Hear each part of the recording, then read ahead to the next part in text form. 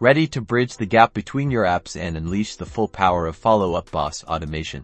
Let's dive into mapping fields in Follow Up Boss using Mapp. Step by step. First, log into your Mapp account and create a new scenario. Think of a scenario as the blueprint for your automation.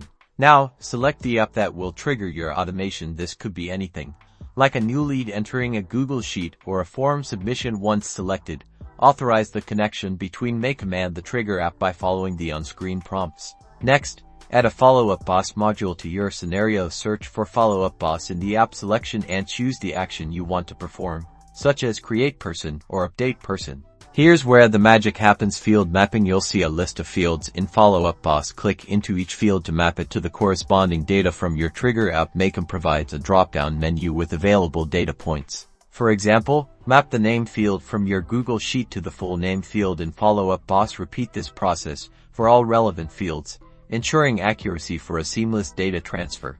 Don't forget important details like phone number, email, and address. Correctly mapping these fields ensures that your lead's information is accurately captured in Follow Up Boss. Once you've mapped all the necessary fields, test your scenario by clicking Run once. This will process the data from your trigger app and create or update a contact in Follow Up Boss, allowing you to verify your mapping. Finally, check your Follow Up Boss account to confirm that the data has been transferred correctly. If everything looks good, activate your scenario to automate your workflow. Now you're ready to streamline your processes and maximize your efficiency with seamless data transfer between your apps and Follow Up Boss.